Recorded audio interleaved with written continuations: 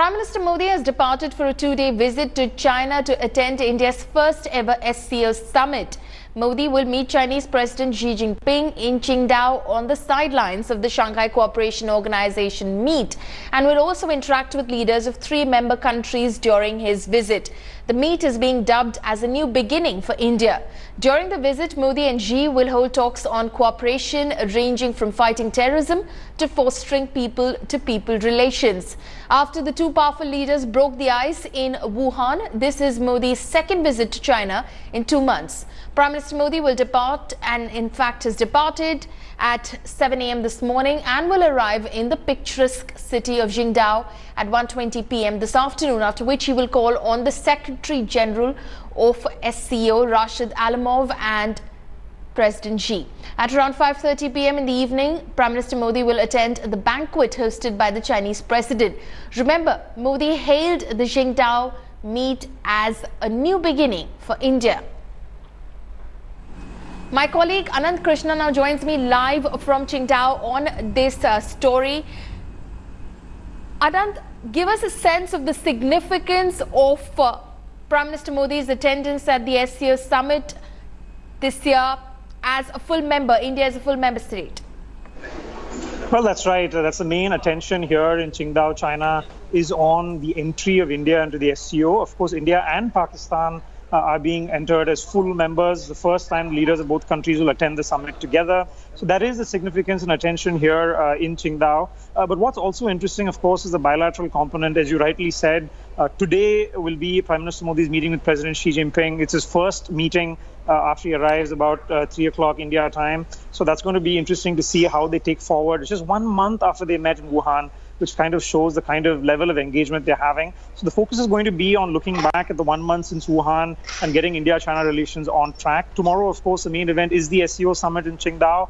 And the former Chinese ambassador that India Today exclusively interviewed was just telling us that for China, it's a big deal. India is joining the grouping, perhaps more than Pakistan joining the grouping, because China wants the grouping to have global credibility, and they feel that India as a major economy will certainly be adding a lot of weight to this grouping that China has been supporting along with Russia for almost a decade now.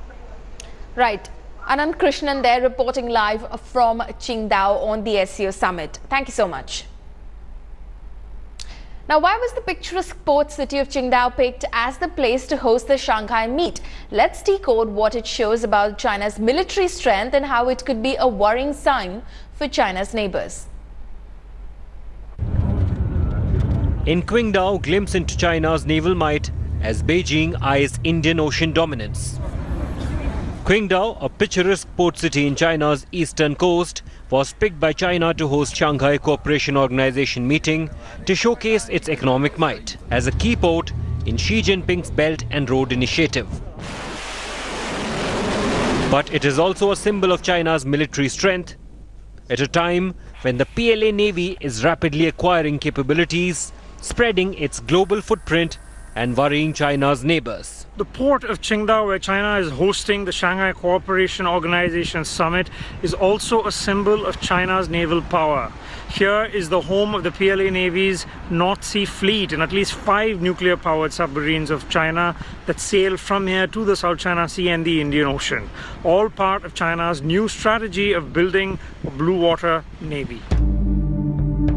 At the Qingdao port, 5 Chinese nuclear submarines are thought to be stationed, awaiting deployment as they head south to the South China Sea, east to the Pacific, or increasingly west to the Indian Ocean. Up the coast from Qingdao, China last month unveiled its first homegrown aircraft carrier and second carrier in its fleet.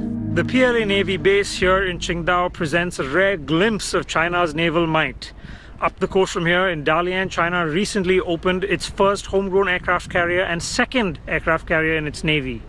Some Chinese naval experts say the plan is by mid-century to have at least 6 aircraft carrier groups, with 2 operating in the Indian Ocean, which many strategic experts say will present a big challenge to India's presence in its neighborhood.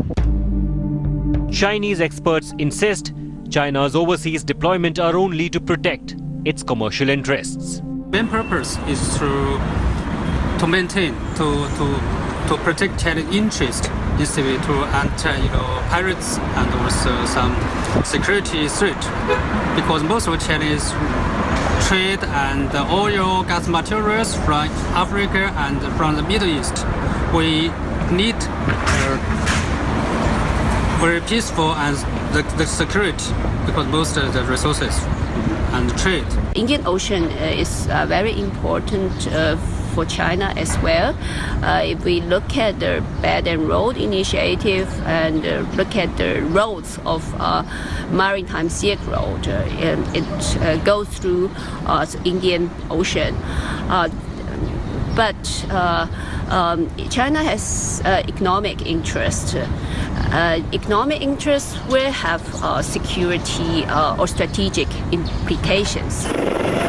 That, however, is not how many of China's neighbors see it.